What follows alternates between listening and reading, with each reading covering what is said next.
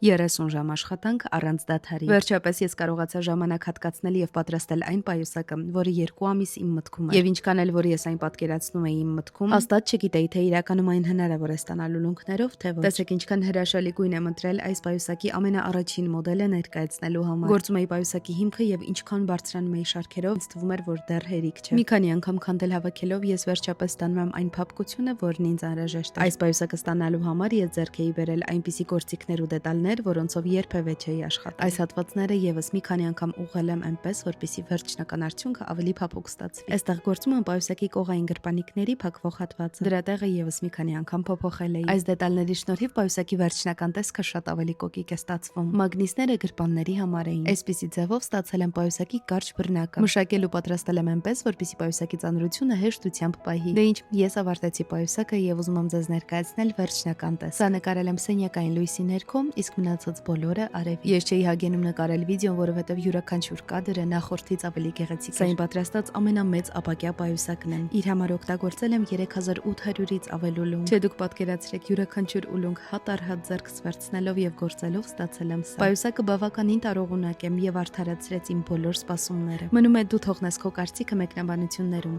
ասա թե ինչպես է այն ստացվել ըստ քեզ։ Ինչ ես կարծում, ինչ այլ գույներով այս մոդելը շատ գեղեցիկ կնայվի։ Իսկ ես շնորհակալ եմ, որ վիդեոն դիտեցիր մինչև վերջ։ Կհանդիպենք։